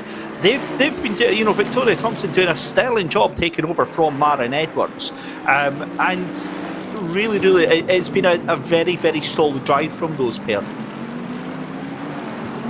Yeah, absolutely. I mean, if you follow the Endurance Cup, especially in Season 1, you've seen that Vicky Thompson was put in under some pressure by her team. The Pro Am Welton guys left her with a lot of work to do in terms of managing leads, etc.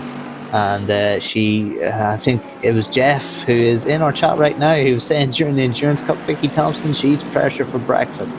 And now she is putting the absolute pressure, the worst of pressure, on Denise Pope. And it's absolutely horrible when you're looking in your rearview mirror and there's a car all over you and there's nothing you can do and you know it's inevitable, and it is. Victoria Thompson makes that move. Denise Pope has no answer. Gregor Schill is not too far away, so if Denise isn't careful, she could find herself being relegated to 14th in the early stages or late stages of these races. Yeah, hard luck there. This is the battle then for, well, no, it's not the battle for ninth, because that is your race leaders going by Declan Bowler in the Biscuit Motorsport MFR Nissan GTR. I didn't even realise we had a Godzilla in the top 20. I think that's the only Godzilla that we have. Oh, side by side then, here we go then. This is the battle for the lead, and it's a right outside for Tobias Pfeffer, but it's going to be covered off for Nori Rose for the Jurlese Esports Academy team. Gets the cutback for the Lamborghini. They're side by side coming down. This is going to be the left-hander then. It's going to be a Nori Rose's corner all day long. Wow, what pressure we've got, and 10 minutes left to go in the race. This is absolutely boiling over, Coral. Yeah, I'm absolutely very much impressed with Nori Rose's racecraft here. Just putting the car exactly where Pfeffer doesn't want it and just stifling Pfeffer's run through the corner. There again, you can see it. Pfeffer wants to release the brake early, carry the corner speed through, get on the power early. But Nori Rose's car is just planted there, so you really can't do it. And it must be frustrating right now for Tobias Pfeffer. But it's, if you're Pfeffer, if you swap positions and Pfeffer was being pressured by Rose, he'd be doing the exact same thing. This is just part of racing. But yeah, if you want to learn a bit of defensive driving and how to do it properly, this is a great way to do it on this onboard with Nora Rose. Certainly is, certainly is. We're also watching picture-in-picture here, thanks to our awesome production team, Mike Yao behind the cameras there, and we see the number 87 of Aurelian Kroos struggling to keep that last corner, and that is going to hand the place then surely to Victoria Thompson up the inside of that left-hander hairpin, and that is going to be the move done and dusted. That Lexus has got absolutely nothing left to say in that one. Wow. P3 in Pro-Am class then just behind Bowler and Kaiser in the 21 McLaren and the 95 Godzilla. So excellent move forward position in the Pro-Am class. And if you're wondering, if you look to the left-hand side, you'll see the scoreboard and the leaderboard. That is the drivers in white are the pro drivers, and the drivers in silver are the Pro-Am class as well. So that gives you a little bit of distinction there. The pros are fighting for their own championship, the Pro-Ams are fighting for their part in it as well. So 10 minutes left to go, Coral. Is this what you expected from race 1? Everything and more, David, everything and more. It's absolutely brilliant. We're getting a fantastic climax to this race. It's the final fight for the lead. Back markers could play a part in this race and how this race is shaped out. It looked as though Pfeffer, once he caught Rose, it would only be a matter of a lap or two before he made the pass and was able to create a gap, but it absolutely has not gone that way.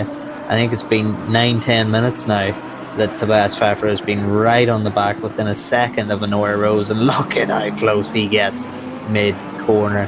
But again, Honora Rose parking the car in the middle of the apex, sort of pointing, squirting at the car and focusing on the run out, and that creates enough of a gap out of the corner that Pfeffer can't get the run, get tucked into the slipstream, and can't get close enough for a dive up the inside. So it is just textbook defensive driving 101.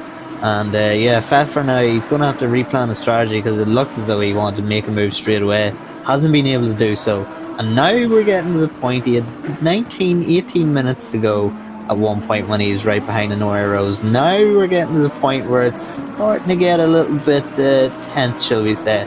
Running out of laps. There will be about 4 or 5 laps left, and this clock is ticking every single corner. It certainly is, Connell, it certainly is. We have to give a big shout out to Oscar Sandberg down in 14th position in that 100 car. That was the same car that was given a stop-go 30-second penalty and is already back into 14th place. What a recovery drive that is. And I've got to be honest, a top 10 within the next 8 minutes possibly might happen. It's about maybe 8 seconds to the car in front, so a tall order, but what a recovery drive from Oscar Sandberg. And it was a fantastic first outing for Charlie Martin in the first half of that race, and so desperately unlucky to get that penalty, but them's are the rules. And what a cracking recovery drive. This is Gregor Schill in the number 335 outfit, just behind Pope there. And Pope, you said, didn't really have an answer, but is that a move being made, or is that a lap down car that's there? I don't think it is. That's Kroos that's just been taken over by Pope there. What has happened to Aurelian Kroos? Because they were all the way up into 10th place there. They now drop back down into 11th, and they're going to get put down into 12th place as well. Yeah, it doesn't have the pace, it seems, looking at the lap times. It could be the infamous Lexus tire wear that I whinge and moan so much about. But yeah, Gregor Schill almost actually clattered into the back of Denise Pope before she can make a pass on Kroos, and it looks as though Gregor Schill is fancying making 2 positions up here, but he needs to get past Kroos pretty quickly, and that is going to be, I don't know how they avoided contact there. That was very close. You could barely put a credit card between them two there, but Gregor Schill gets the position done, and that shows the calibre of Gregor, and now he is putting pressure on Denise Pope yet again. 2 positions in the space of a lap would be quite nice for Gregor. Yeah, awesome stuff. Right, we need to cut back to our lead battle, then we can see a picture in picture, and if we ask them very nicely, then we can get it swapped over to our main picture, because we have just got 6 minutes left to go in this race then. And have a look at Tobias Pfeffer all over the back of Rose for that lead battle, 0.4 of a second, and they are consistently coming across lap traffic right now. Surely it's going to be a matter of just sending it up the inside for Tobias Pfeffer, Coral, and I don't know about you, but my heart rate is probably about 120 BPM right now. I am so ready for how this is going to develop in the next 5 minutes. Yeah, I mean, the pace is still absolutely rapid. We see, of course, the Noah Rose defending, but it's defending, not actually losing too much time, doing a 33.8 last lap around. So Pfeffer, if he's going to make a move, it is going to have to be, as you say, it's going to have to be a bit of a lunge. But then, will he be able to hold it in that corner? If Noah Rose gets the cut back there, will she be able to make that pass immediately straight back on Pfeffer? We'll see how comfortable Noah Rose is if Pfeffer does decide to make the move. You can always tell when you're comfortable sit in behind someone when you don't immediately try and pass back. But in saying that, 5 minutes to go, only a few laps remain, you might not get too much of an opportunity to. As we see both drivers drifting to the edge of the track, that will probably be a track limits warning for Noah Rose. They're starting to brake a little bit there to try and not run over the track limits, but it still seemed as though she did. So both drivers getting a little bit loose, getting a little bit squirrely, going wide at certain places on the par. You can tell they're absolutely on the limit. You can see just how early Tobias Pfeffer on the brakes there into that left-hander also has the lights on that car, so definitely meaning business right now. But we're coming up to some lap traffic just now as we hit 4 minutes left to go in round 1 of More Female Racers Season 2, powered by Thrustmaster. This, though, is the battle for 17th position. It is the 316 Aston Martin just ahead of Andrea Benedetti for the GTWR Kulash team, and what a race we have got going on. 177 of Tobias Pfeffer, though, still on that battle. You just don't know where to look, do you, Colonel? No, it's our problem with the SimGrid every single broadcast. I mean, we had it at Imola too, where there was about 14 battles, and per my guy would have to have about 20 PCs and 14 arms to try and cope with what was going on, try and cover everything. Well, I thought he did. Have you ever seen him in the flesh? Who knows? He's got to be an AI construct given the quality of the stuff that we get here. I mean, when we go on board on the cars themselves, it's just awesome. We say it every week, but we've got to say again, just a huge thank you to Mike out at Simply Race. The production values are absolutely amazing, and we get to enjoy this incredible action here at the SimGrid. Yeah, I still actually, on a side note, I still don't believe that Michael Hamlin is one person. I still think it's a pseudonym for a group of people. But regardless, back at the front, we are seeing Tobias Pfeffer starting to put the pressure down. 2 minutes and 50. You can see Noah Rose starting to flash the lights at back markers. She is desperate for these back markers not to interfere in this battle. Although, in saying that, if you put a back marker between yourself and Tobias, you could find yourself in a very profitable situation with only 2 minutes 30 to go. You have to say 2 laps left here now on this beautiful Misano World Circuit, Marcus Simoncelli. It is really hot now. Oh, and that gap has opened up massively for Pfeffer, just catching right back up, because look at that, that's the is that an Aston that's right in front of that Mercedes? I think it is. But picture in picture, we've got a brilliant battle going on for 16th and 17th place there. That is Josie Austin in 17th there in the 316, and it's actually Benedetti behind them in the Lamborghini there.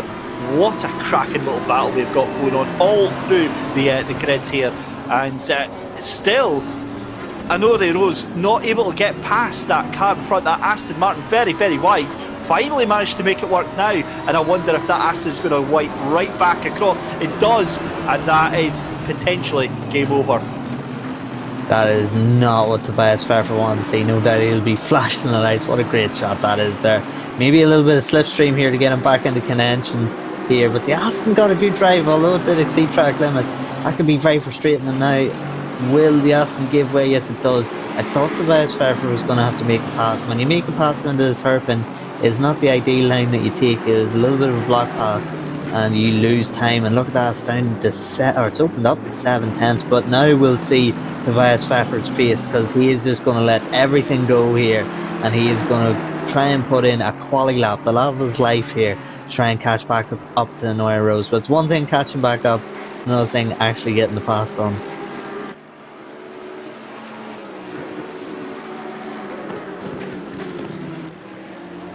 50 seconds to go. We are approaching the last lap of this race. I cannot believe this, David.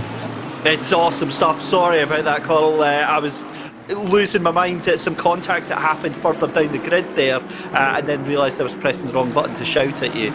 Never mind. But back to the battle here. I don't think Pfeffer actually lost out from that Aston as much as he could have, because he got the toe up that big straight. And look at this, with 20 seconds left to go, this is almost certainly going to be the final lap of the race. They're right back on the tail. Pfeffer is right back fighting for the lead on the final lap. Yeah, I did say he was going to have to put in a qualifying lap, and he is really just throwing absolutely everything at it. And you got it. I mean, the difference between winning and losing could be 2 or 3 tenths, so why not throw absolutely everything at it? His winner crash right now for Tobias Pfeffer, the way he is driving, and Noah Rose has defended absolutely beautifully, been under pressure for pretty much the entirety of Nora's stint, and coming back and just dealing with this pressure. Hasn't lost the lead at all so far this race. This has been absolutely clinical, but Tobias has only a few more passing opportunities before the race ends. You'd have to say, David, it is going to be a hairpin job, if anywhere. It's going to be licking the stamp and sending it 110% right now. What a brilliant, brilliant race, ladies and gentlemen. We hope you've enjoyed this as much as myself and Connell have. It's been absolutely amazing, and you do get the feeling that it is not over yet. Into the final couple of corners, down goes very, very wide. Go and try and get the switchback and the cut out of the corner there for Tobias Pfeffer. I personally think it's all done and dusted, barring any mistakes. Then it's going to be an Ore Rose. Drive through for Pfeffer. He's exceeded track limits on the second last corner. He is going to get that post-race penalty, and he is going to lose a second position. Oh, that's a 30-second penalty, and that means that Pinces then on the final lap is going to take that second position. Can you believe it? That final corner was the one that did it. And they started in 10th position, that 977 car, the Hungarians. And you've got to say, hand over heart, Timea Benchik did all that work to get them up into the top 5, and that is going to lead them to being in second place. Stunning race there. This is going to be another brilliant race though. Chris Hartfeld up into 4th place there, crosses the line. It's going to be the number 8 of Turkey. We didn't see how they got up into 5th place there, but that was the Pineapple Racing team up into 5th place. So fantastic result for them. The 150 GTWR team of Giorgio Simonini and Thea Book. What a race from them as well. Then Sheldon Muscat dropping down into 7th place there. I just honestly did not know where to look through that race, Connell. Oh, my heart goes out to Tobias Pfeffer right now. What a brilliant job, first of all, can we say, from Noah Rose to defend that lead against the pressure she was under for so long. That was a long 20 minutes to be defending about a half a second lead, and to do it the whole race without even having Tobias having an attempt at passing her was just stunning. Tobias Pfeffer, my heart goes out to you, mate. A bit of youthful exuberance there, but at the end of the day, you want to see that from your driver, don't you? You don't want to see him settling for second. He threw absolutely everything at it for that win. And look, he's only been relegated to 3rd, and going into the season, points mean prizes. He hasn't lost too many points there trying to go for that victory. And no doubt he will be trying to one-up himself in the next round. I'm pretty sure the words you used on that last 2 laps was win it or bin it, but certainly that did get sent. And what a race we have been treated to, ladies and gentlemen. That was awesome stuff. We'll bring you the full rundown of the finishing positions just now. In fact, we'll do that in just a second while that goes and sorts itself out. We'll take a very short commercial break, and we'll be back with you just after this.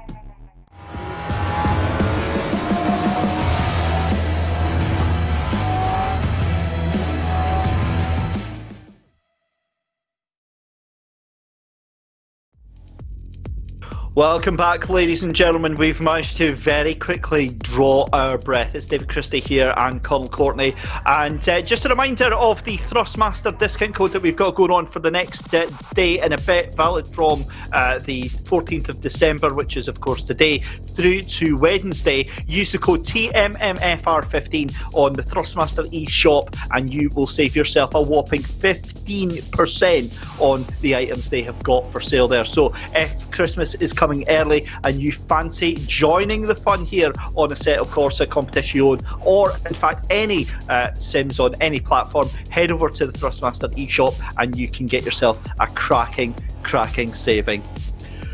Right, there we go then. Connell, what do we think about that? We've got drivers starting to fill their way into the interview booth, but yeah, that was just an amazing race, wasn't it? Yeah, absolutely. We got absolutely traded. That was fantastic. Again, it's so unfortunate sometimes to the mid-pack drivers or the drivers at the lower end of the field, because they would have had their own amazing battles, but of course you have to focus on the leaders. And as much as Mike Guy is an absolute machine when it comes to showing as much as he can, we were just solely focused there for the last 5 minutes on that fantastic battle at the front.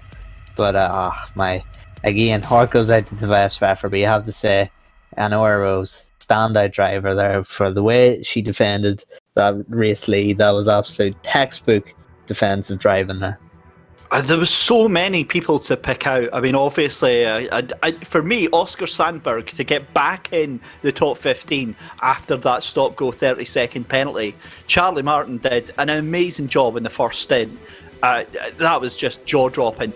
But Yvonne van der Berg, the job she did defending that position there from the Amazante, that was just awesome. I mean, that was an absolute textbook in defensive driving, and the pace that was shown was just amazing. Right, I can't believe what I'm seeing, because I'm looking in Discord. Right, we've got about 10 drivers waiting to have a chat with us. So, Carl, me and you are going to be very, very busy. So, what I will do, there's a couple of names in there that I don't recognise, so I'll get our production team to go and do a little bit of sleuthing. But first things first, let's go and bring in Charlie Martin and Oscar Sandberg. We'll have a little chat with them and see what they thought of the racing tonight. So we'll just bring them in just now. But a very good evening to Oscar and to Charlie. That was an interesting first round. Yeah, it was pretty eventful.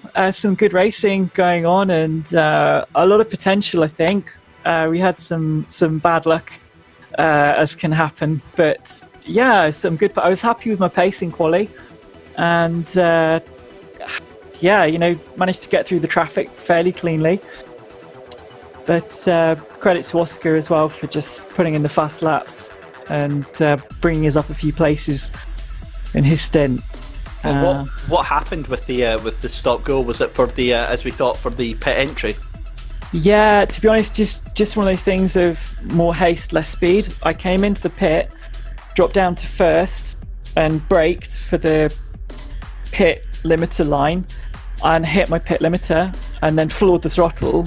But it just hadn't turned on properly. I'd hit the button, but I must have just not pushed it down all the way, or quite what. So then it just, I thought it was accelerating up to the limit, and it just floored it. And yeah, it's just so frustrating when something like that happens, because I did everything, that I practiced when we were working before the race. We were saying that, and thank you, Charlie, by the way, for proving I'm not the only person in the world that does that sort of thing. But it was an amazing first stint, and then Oscar obviously had a really, really good second stint. Oscar, what was your thoughts as you jumped into the car? I of course I was looking on the car when it came in, of course, and I think I saw it. So we talked a little about it while she was driving in, like, oh no, hope no penalty. And then it was more like, okay, we also take the small damage we have to repair, to be sure that we can go out and push for the last 30 minutes. We choose to go quite early. I think it was one of the first cars in, actually, just to be sure that we could get the undercut on the others. But yeah, because of the penalty, it was a little like, okay, come on, now it's pushing, and we tried our best as a team. We worked very well, and I'm proud to be proud of Charlie, and she have done a lot of good work this week, and I think next time we just have to do better. Well, here's hoping, guys. It was a fantastic performance. Just finally, Charlie, I saw on your social media earlier your little delivery that you had. How were the new gloves? Yeah, thank you. The gloves, I'm really impressed with them, to be honest. It's nice because I have used my racing gloves before, but they're obviously quite thick. So it's nice to have something that's really thin and gives you that extra level of feel, whilst also, when you're doing a long race and you're focusing, your palms can get a little bit damp when you're really, really concentrating. So yeah, really impressed with the Freem Sim Sport gloves. Thank you to Freem. They definitely help. Just need to concentrate a little bit more now when I'm doing pit stops. Excellent. Well done, guys and girls. Thank you very much for joining us tonight, and best of luck for the next round. Thank you. Thanks. So there we go then. That was Oscar Sandberg and Charlie Martin. Right, Connell, you can pick now. Who do you think we should speak to next? Yeah, I think we'll speak to the Ferrari team, the Hungarians, for their stellar drive from what you have to say, it was a disappointing qualifying for their pace that they had. Ah, right. Okay. Let's bring in then Adam and Tamea. So we'll just bring them in just a second as we're seeing everybody coming in. So we'll bring Adam in as well, and we'll bring in Sarah. Right, we have 3 drivers then: Adam Pinces and let's see who else we've got. Tamea Bensick and Sarah Dove.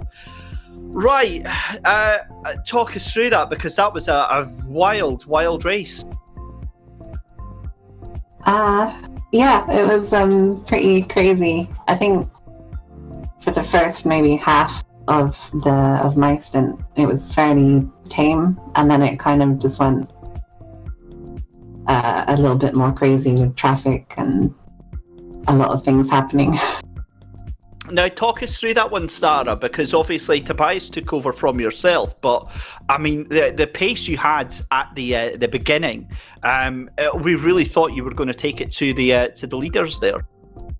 I think we definitely had a good pace against Mia and Eleanor, but I think the crucial thing was just the Mercedes was so good in the traction zones and on the straights that we couldn't make a move because we're never close enough to try for a move.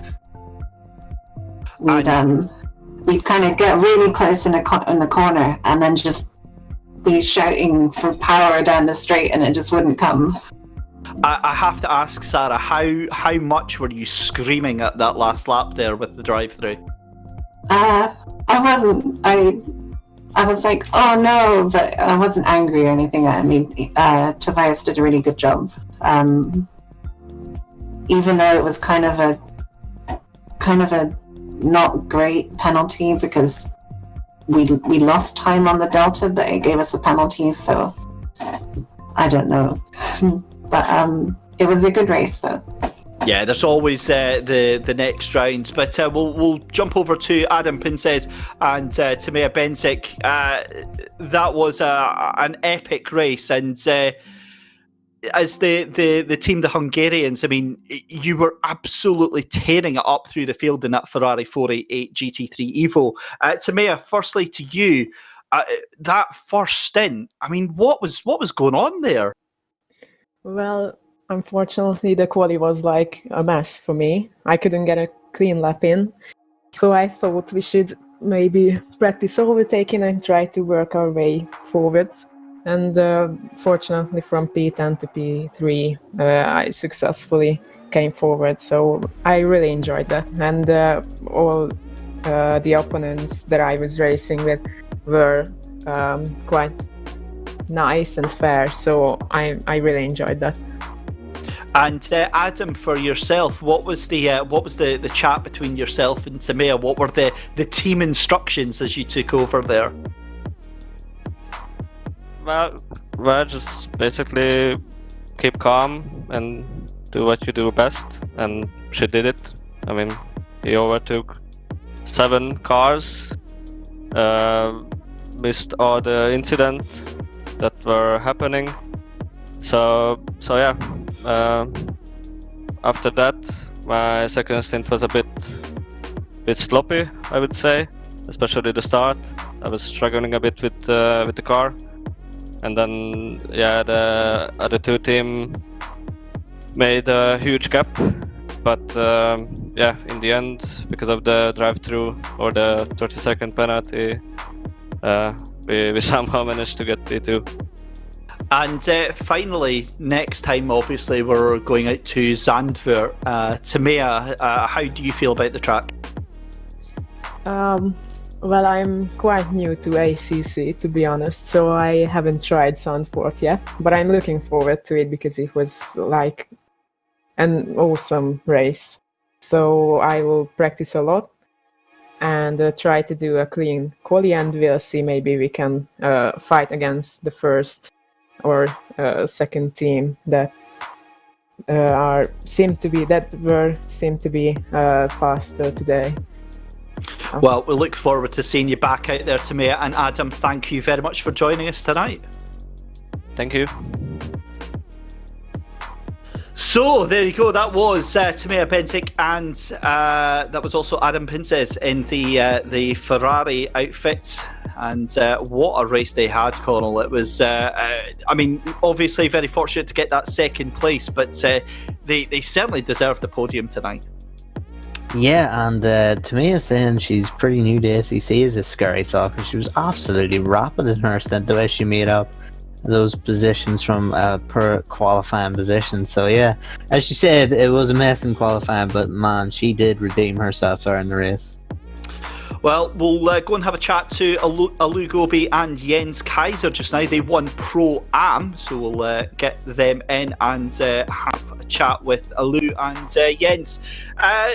Welcome. It was a fantastic win for the Pro-Am for yourselves. Alu, obviously you had the first stint there. What was the car like after that early incident in the McLaren? First of all, thanks to SimGrid for hosting and having us on. The car was fine. No such incidents to report. What was it? What was the stint like for yourself? Because obviously, half an hour is an intense session anyway. But in a team setting as well, do you feel that extra pressure to hand the car over to Jens? Absolutely, I have to put it to Jens for coaching me the whole way through, giving me pace advice and people around me that can be so valuable. And so, yes, it was high pressure, but we pulled through. Now, that's actually a brilliant point. Thank you very much for bringing that up, Alu. Talking about the coaching, how does that happen? I'm going to presume that happens over voice chat, but what sort of things was Jens telling you? Jens was telling me things, our first lap was really important in terms of, keeping it clean. And Jens was always on the radio saying, hey, keep it on the left side, keep it on the right side, inside, outside. And also, don't go for the move. You're not going to make it. And unfortunately, I didn't listen a couple of times, but, I had to bring it back in. So, yeah, the instructions are very specific, and if they're done right, they can really help. I love that. That's a true racer mentality right there. I know better, Jens. Jens, over to yourself. Obviously, you took the second stint there, and that McLaren was looking very, very fast indeed. What was your plan taking over that second stint? Actually, my first aim of the race was just to finish and keep the car on track, because without finishing, you can't win anything. Then I basically drove out of the track, and my first aim was, okay, the tyres are quite cold, you stood a long time in the pit road. The pit road's not the shortest, so they cool down even if you roll out of the pits. And then my first aim was just to get the tyres warm, because with cold tyres in the McLaren, you're not gonna see any land, because the rear steps out there, and you basically are just struggling all the time to keep it on track. And from then on, when the tyres warmed up, actually, Alu also feeded me a lot of information with the cars around, and it looked like we were catching P1 quite quickly. And I was really looking forward to fight him, because I really love fighting. Racing is all about fighting, and if you have a clean fight, it's the best you can get, no matter what position. If it's clean, it's so good. You were spoiled for choice tonight then, Jens, with the amount of battling that was going on. How much preparation work was involved with the two of you before tonight's race? That's the funny part. Like 3 hours before the race starts, I just got the notice that I need to send in. Basically, normally I'm watching the races from the organizational side of things, and then my mates messaged me, hey, we have here Alu, her co-driver is not showing up, can you stand in? I was like, yeah, okay, fine, I'm doing it. And basically I was at work and thinking, okay, how am I gonna do that? Or how I'm gonna make it working? I came back, sit in the chair, and did some laps with her, and coached her through about some mistakes she made or good stuff she made, and showed her how to do better, or how to keep stuff clean, or how to approach certain stuff. So we basically had, don't get me wrong, like 2.5 hours together before the race. I love that. So Alu, he was a complete super sub for tonight then. The best. There is. Guys, thank you so much for joining us in the commentary booth tonight. Good luck for Zandvoort next time out, and congratulations again, our winners for Pro-Am tonight. It's Alu and Jens Kaiser. Thank you really much. See ya. Wow, Connell. Right, we've delayed things as much as we can. We have to get the race winners in here now, don't we? I think so, yeah. With the performance that they put out today, yeah, you have to get speaking to them, don't you? Let's bring them in then. It's the Roses and Mia. And firstly, I have to ask, being Scottish, I'm absolutely atrocious at pronunciation. Is it Anore Rose? Yeah. There we go. That's never going to happen for myself, I'm afraid. Right. Don't worry about it. Anor, it was an amazing race win, and it could have been so different towards the end there. Yeah, definitely. Actually, we had a lot of problems with the car because somehow the game calculated our setup wrong, and the car ended up being way too high than it should have been. So at times it would understeer, other times it would oversteer. It was a mess. I'm really glad I managed to defend against Tobias. It was wild towards the end, but we're going to rewind back to the start. And Mia, an amazing job getting that car onto pole position, and you really were in control that first half of the race. Yeah, like Anor said just then, the car felt completely different ever since we got from qualifying. You know, even if I qualified on pole by half a second, there was still, you know, I knew that there was more pace in the car, and the car didn't feel right. And you know, then when we started and got in front, and yeah, ever since from the first lap on, I was sort of very worried for when Anor would hop into the car. So, but yeah, with qualifying it was great. Race start was great. So just sort of tried to stay out in front. That was all. And obviously, throughout the majority of the race, as I said, you were in control. But then towards the end, Anor, it was really getting very, very close indeed with Adam and Tamea. They were just really ratcheting up the pressure. How much was that getting to you? Well, Misano, you can pretty much park the car on every apex, and that leaves only really the long straight with the two kinks to pass. So I tried to cover that as much as I could. I think 2 times we went there side by side, but every time I managed to defend, so I'm happy about that. And finally, looking forward to next time out at Zandvoort. Is that a track that you're both looking forward to? Yeah, especially with the Merkivo. It seems to be a beast there. Excellent stuff. Well, Mia and Anor, congratulations on a fantastic opening win here at More Female Racers Season 2. Looking forward to Zandvoort next time, and best of luck. Thank you. See you next time. And there we go. Connell, that is us. What's your final thoughts, my friend? My final thoughts is I am going to need to have a long sleep to get over the heartache, the just beats per minute there. That was ridiculous. I'm sweating and I didn't even do any racing. Yeah, phenomenal stuff. We had action throughout the field. I mean, and it didn't stop, did it? Really, it's absolutely fantastic. And you can see the progression from some of these ladies. Comparison to season 1, of course, we have some of the established vets of season 1 absolutely killing it. You know, we had girls like Anna Luisa Bello in there doing a great job, and Honora Rose, of course, doing an absolutely stellar job maintaining that lead under the most immense of pressure. So, yeah, Zandvoort can't come quick enough. I am very, very excited to get on to round 2 then. As we said, December 21st is going to be the next round. So next week at the same time, 7:30 p.m. GMT, we do this all over again for round number 2 at Zandvoort.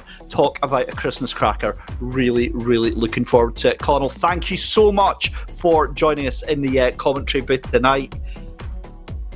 Yeah, thank you very much, David. And of course, as always, big shout out Mike Gow, Michael Hamlet, and everyone who was supporting the ladies behind this race and supporting the stream itself. Thank you very much. Yep, awesome stuff. Remember, ladies and gentlemen, head over to the Thrustmaster eShop. Get your hands on that 15% discount by using the code that we've featured on screen throughout the night, TMMFR15. That's TMMFR15, valid until the 16th of December, and you'll get 15% off. Right, that's it then. We'll be back next week for round 2 of the More Female Racers by Thrustmaster here on the Sim Grid. But from everyone here, it's good night from myself, David Christie, Connell Courtney, from Michael Hamlet, and from Mike Yao behind the scenes, putting all this stuff together. We'll see you next time, and have a fantastic week. Remember to join us later on in the week. We've got more racing coming up. We have got, I believe it's the Sprint Cup on Thursday, and we will be bringing you all of the coverage from that same time. In fact, no, it's a little bit earlier, isn't it? 7 p.m, and we will be live on the YouTube channel. And do you know what to do if you want to keep up to date on that? Hit that subscribe button, hit the bell, and like the video as well. I'm off to go and have some amaretto and cola. Have a wonderful night, guys, and we will see you next time.